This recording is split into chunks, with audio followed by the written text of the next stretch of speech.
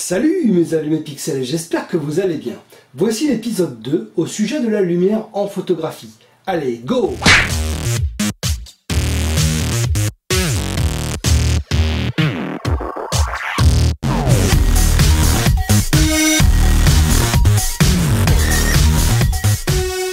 Bien souvent, le photographe a tendance à croire au début, et même à la fin pour certains, que les belles photos ne peuvent se faire qu'avec du matériel cher et de grande qualité.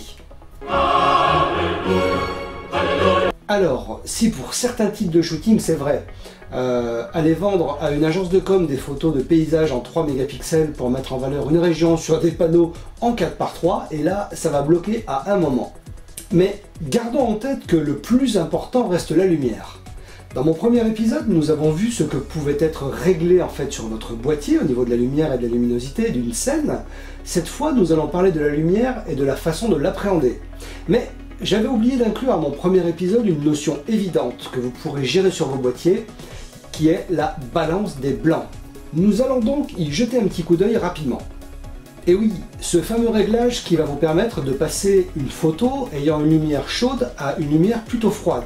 Quand vous appuyez sur ce bouton, je vous l'affiche en grand, et que vous tournez ensuite la molette principale, donc je vais vous montrer en direct, vous allez pouvoir changer de mode de balance des blancs. Vous allez me dire, pourquoi faire ce réglage de balance des blancs?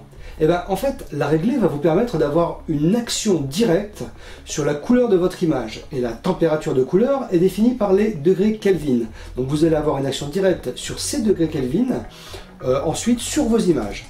Car chaque type d'éclairage a une dominante plus ou moins colorée. Voici ici plusieurs photos d'une même scène, mais que j'ai prises à chaque fois avec des réglages différents de balance des blancs. Vous voyez donc que certaines scènes ont une lumière chaude et d'autres une lumière plus froide, qui ne va absolument pas pour la scène en question. Donc, prenez donc en compte que ce réglage de balance des blancs est impératif à maîtriser selon le rendu que vous souhaitez. Et mieux vaut le faire au départ si vous shootez en JPEG. Sinon, en shootant en RAW, bon, vous pourrez plus facilement la régler en post-traitement. Enfin, c'est même pas plus facilement, c'est que vous pourrez la déterminer en post-traitement. Pour le JPEG, on peut toujours le faire, mais c'est quand même mieux de le faire au départ, à la prise de vue. Mais un tuto express est dans les starting blocks pour vous expliquer en détail comment gérer la balance des blancs sur vos Nikon. Ça arrive très bientôt. Ensuite, la lumière a d'autres caractéristiques. Quand vous placez votre modèle en plein soleil, les ombres vont être marquées. Bon, après, il y en a que ça dérange pas forcément. Ouais, pas mal, hein. Ça, c'est une belle vie de chien. Essayez avant de prendre une photo, ou même dans la vie de tous les jours, par exemple là, maintenant, en regardant dès maintenant un objet proche de vous, de quelle façon interagit la lumière, naturelle ou d'une lampe, sur cet objet. Et posez-vous les bonnes questions. Dans un premier temps, cherchez la direction de la lumière. Est-elle d'une seule source? Est-elle réfléchie par votre mur, par l'écran de votre ordinateur ou par une autre lumière? Donc ensuite, déterminez l'intensité de cette lumière, sa puissance. Est-elle forte ou faible?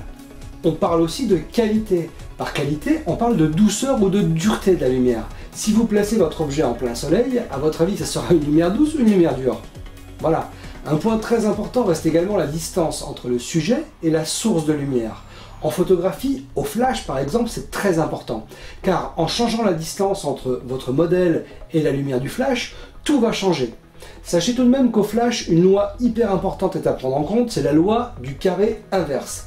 Mais ça, nous y reviendrons peut-être un petit peu plus tard dans un tuto dédié à ça. Mais bon, c'est un truc qu'il faut digérer, pour le moment on va rester sur les bases. Donc, les 4 points principaux à retenir, en parallèle de la connaissance de son boîtier, bien évidemment, parce que ça c'est la base.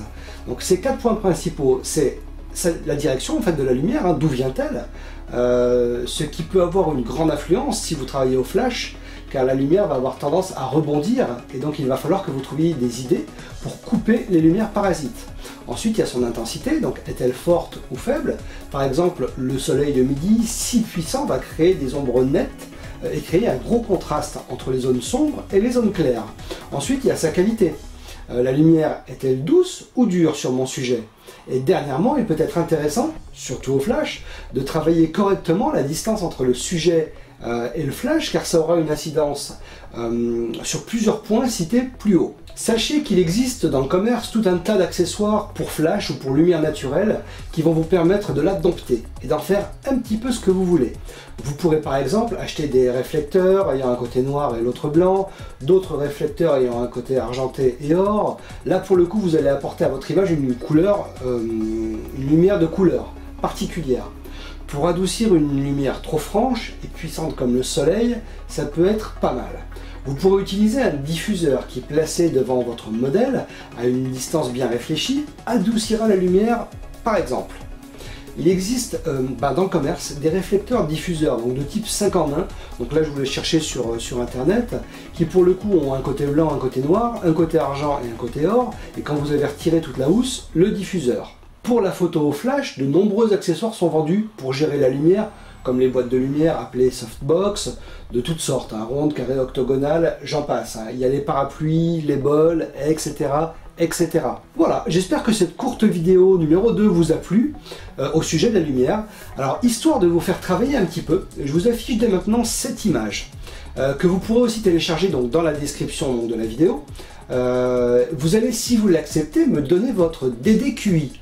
Oui, faites votre propre analyse de cette photo et en commentaire, mettez-moi votre DDQI. Direction, distance, qualité et intensité. Essayez de ne pas copier sur vos camarades et ainsi nous verrons de quelle façon vous percevez les éléments vis-à-vis de la lumière dont je viens de vous parler. Merci à tous de bien vouloir mettre un pouce en l'air parce que ça m'aide beaucoup.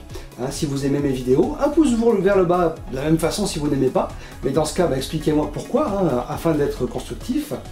Une chose, les votes continuent au sujet du nom de la chaîne et je pense que la semaine prochaine, j'en validerai un. Donc là, maintenant, ça va être suspense. En attendant mes pixels, sortez et shootez. Bye.